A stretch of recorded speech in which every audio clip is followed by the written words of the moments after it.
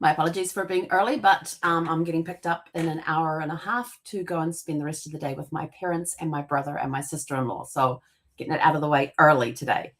Let's see. Today we are on Welcome to Porchlight Letters podcast, number 2514, The Last Person Who Remembered Them. This is something that there was a time when someone could tell the story. They knew the names, they remembered the faces, and they kept the memories alive. They are no longer with us. So when they left, if nobody had recorded that information went with them. And this to me is it made me realize today, I didn't think I was going to get emotional, but it looks like I might be, that my parents and their siblings are my oldest generation. And then it falls to my generation. And so they're all getting into their 80s and 70s. They're in their 70s and late 70s, early 80s. And I just suddenly realized that they're the last generation that I have to talk to that could remember a lot of stuff. So I'm now like thinking, okay, I need to do some talking to the older generation, which is just one generation above me. It's my parents' level, my parents and my aunts and uncles. So when I was writing this up for today, I was sort of like, wow, I don't know how much time I have with them. You always feel like you have forever with them, but we don't know when we're going to get the call to go. So, and you never know. There is a moment in every family story when it is told for the last time. The last person who remembers a particular relative passes away. The last person who knows why the family moved. The last person who can identify the faces in old photographs. The last person who remembers what life was really like for the generation now gone. When that person is gone, an entire library of memories can disappear with them. Sorry, I'm just getting just the thought of my parents and my aunts and uncles going is had a very deep sense of family. Growing up, we always used to hang out with our aunts and uncles and cousins, and genealogy is not only about finding records. It has also been able to preserve the memories. A birth certificate can tell us when someone was born. A census can tell us where they lived. But neither can tell us what made them laugh, what challenges they faced, what stories they told around the dinner table, their love stories. No documents can tell us that. Those details are often live only in the memories of family members. Many of us have older relatives who seem to know everything. They can identify people in the photographs, explain family traditions, recall old neighborhoods, and fill in the gaps that records leave behind. It is easy to assume those stories will always be there. They won't. I guess that's why this is hitting me so hard right now. One of the greatest gifts we can give future generations is to capture those memories while we still can. Ask questions, listen carefully, write things down, record conversations if the relatives are comfortable with it. Preserve the stories alongside the documents. Family history is more than names, dates, and places. It is the memories that connect those facts to real people. And I will tell you this, I have learned a lot more about my parents and their upbringings since I've been back in New Zealand. Stories that I have never heard before. And I'm writing them as I'm told them. I'm writing them down. And one day, the stories you save may be the very stories that help future generations understand where they came from. And so this was a very awakening call for me about getting these memories preserved and everything else. So I'm definitely going to be listening. I'm definitely going to be asking more questions, and I'm definitely going to have my notebook with me to write down the answers, because it is just such valuable information. And finding out my dad used to be a singer when he was a little kid. He was a soloist. I'm like, wait, what? I said, but he's not even Catholic, but he was a soloist.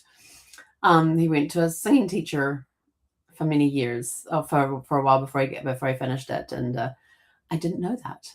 So that's one thing that I learned about my dad. I can't remember where we were when that little tidbit came out. So there's these little stories just like that'll just pop up and come out, and so you have to get them recorded, or otherwise future generations aren't going to know this information. They're not going to know, how your grandparents met, their love story. What was their love story? What was their lives like? What struggles did they face as newlyweds? What struggles did they face the first time they became parents? I remember one story my mum told me recently was that when I was born in December, so I'm a December baby, and her and some of Dad's family descended upon them for Christmas, and my aunt had a 2-month-old with her because there's exactly 2 months between my cousin and I. She was born on the 9th of October. I was born on the 9th of December. Descended on the house, and there's mum trying to struggle with a newborn in the house. She's just come out of hospital because in those days you stayed in hospital for 7 days. So she came home on the 16th to find out that family is descending on them for Christmas. And I'm just like, why? And they said, well, they wanted to meet the new baby. And I'm like, oh, okay. They wanted to meet me. Okay. Finding out stories like this and, some of the struggles that she had with just being out of hospital, dealing with a newborn baby in the house, not even into a routine or anything else, and family descends upon them. So it's sort of stories like that that kind of make you stop and go, what? And yet you fast forward a few years to my oldest 2 nephews. They were at school the day that their sister was born, and my brother's ex had the baby in the morning at the birthing center, was home in the afternoon, then put the baby into the stroller and walked down to school to pick the boys up with their new and introduce them to their new sister at school when school got out. I'm just like, yeah, no, that would not have been me. I would not be up and walking around like that just a few hours after having a baby. Yep, no, that would not be, well, maybe I would be up and walking around, but not out like that. And so that just, just the differences in time. And it still just amazes me. And even just, just going back, that's just going back a generation. And going forward a generation. So I go back a generation, I go forward a generation. So my parents and then my nephews. And I'm the generation in between, and then hearing these stories. It's very, very different hearing those on a similar time, but very different ways of dealing with them. So it's kind of interesting to do that. So start recording those stories, and just remember that if you still have your parents with you and your aunts and uncles and nobody beyond that, like I had grandparents. My last grandmother passed away while I was in the States. My last grandparent passed away while I was in the States, but she was completely out of it with dementia.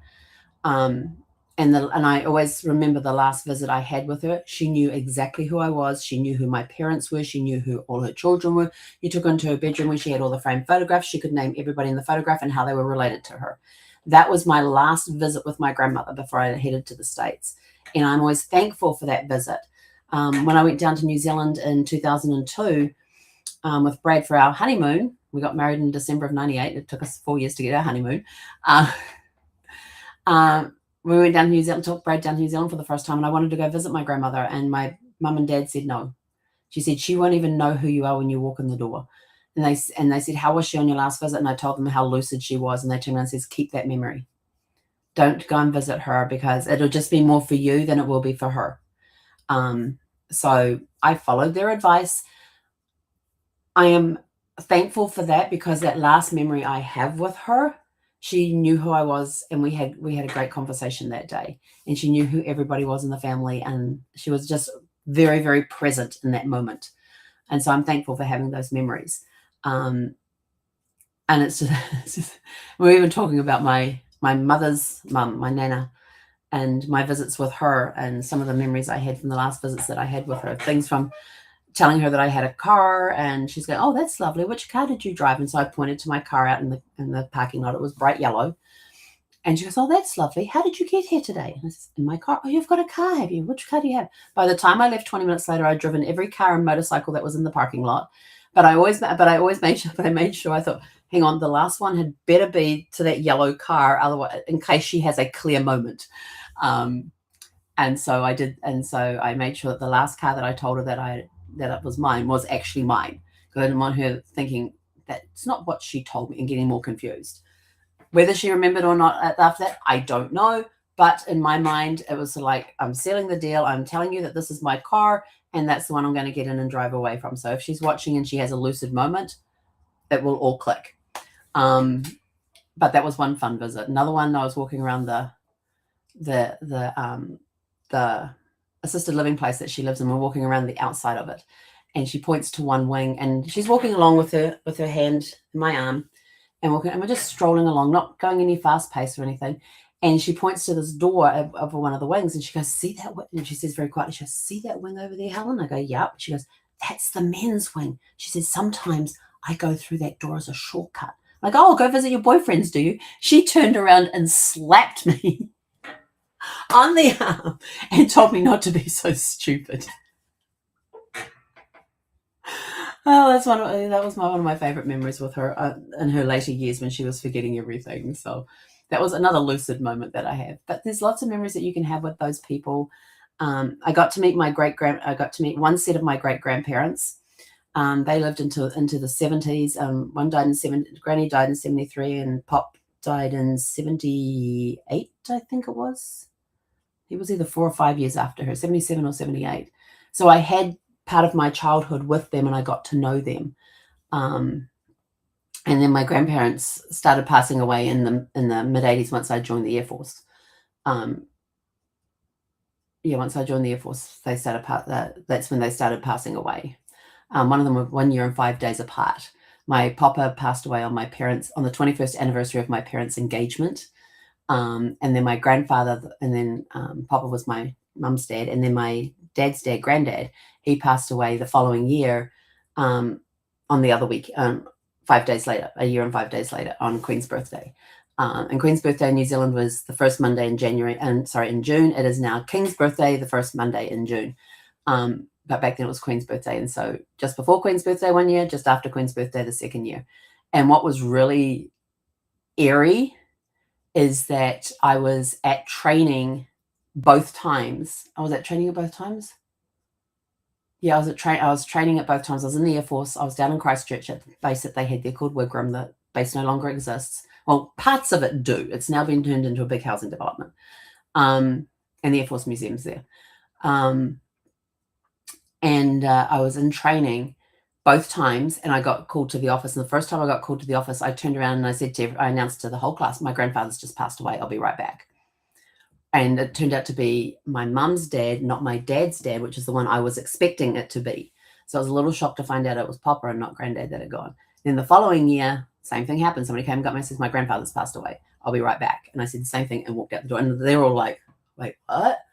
And I came back and I said, "Yeah, my grandfather passed away." And Papa passed away the first time and Granddad passed away the second time. And so arranging to get on flights to get up to one to get to Palmerston North was easy. One to get to Auckland was a little more difficult because more people going to Auckland.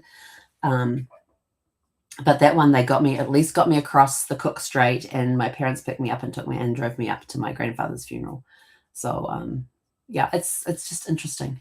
Just all the things. And I will tell you, since being back in New Zealand, since November when I got back to New Zealand, there's been a lot of memories flooding my brain, a lot of them. So I'm writing them down as they come in, just so that they're preserved for future generations. So with that, I am out of here. I'm going to go get ready to go and spend the day with family. So go out, have a super fantastic, sparkling day, and we will catch you guys back here tomorrow evening at 6 p.m. Pacific. Hei konera. Oh, hang on.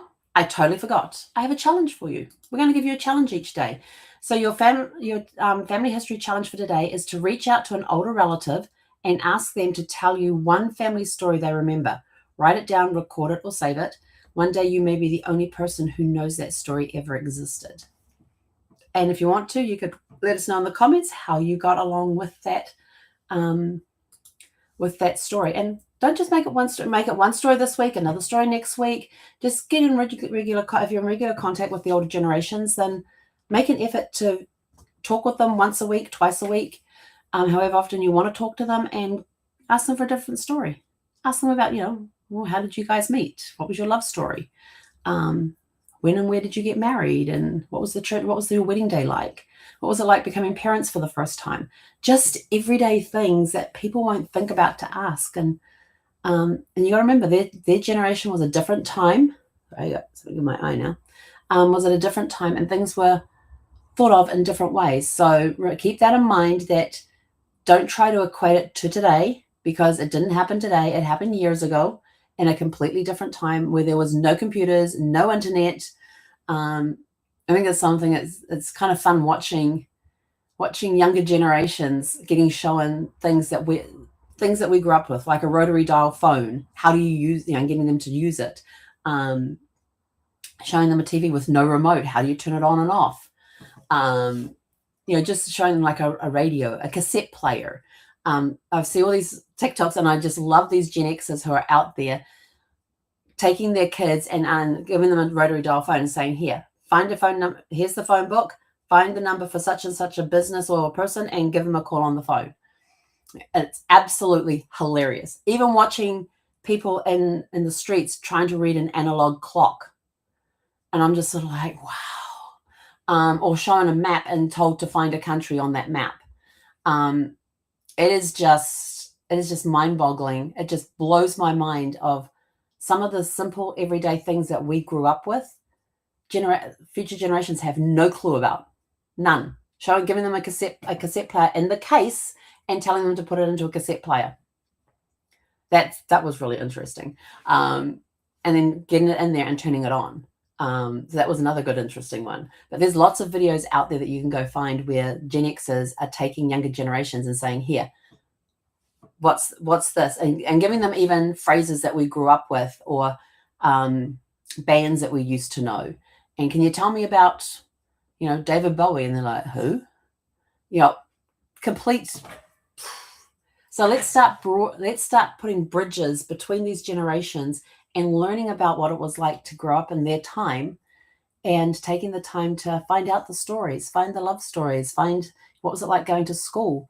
And I was talking with somebody, I met the neighbor across the street and we were talking, we're standing out there in the street there, not in the actual street, on the grass edge, and just standing there talking. We're talking about how schooling is so different to when I went to school and when he went to school. He's a different generation to me. So we're talking about the differences of our upbringing in schools. One generation difference. And it was so interesting to talk with him to find out how the education system was when he was at school compared to when the education system was when I was at school, and what some of our compulsory classes were compared to what some of his compulsory classes were. So take time to talk to the older generations, even if it's only one generation above you. Like me, I've got to talk with my parents and my aunts and uncles. They're the last generation above me. When they're gone, it's going to be just my generation left. And I'm just sort of like, that's kind of frightening and kind of scary at times, because I love my parents. I love my aunts and uncles. And I love sitting and talking with them. But then that's how we were brought up, to respect your elders and always talk with them, have conversations with them. We were taught to not only to respect our elders, but to take time to sit down and talk and listen to them. And some of the lessons that we learned along the way. So with that, we are out of here. Go find some member in your, I totally forgot what the challenge is. Reach out to an older relative or relatives and ask them how to tell you one family story they remember. Write it down, record it, or save it. One day you may be the only person who knows that story ever existed. Because remember, when they go, all of their memories go with them. There's no magic download button that gets pressed just before they die, where all their memories are downloaded into some hard drive somewhere and kept. It doesn't work that way. So when they've gone, the memories go with them. So preserve them now while they're still around, and go out, have a super fantastic, sparkling evening. We'll catch you guys back here tomorrow evening at 6 p.m. Pacific. Hey, konera.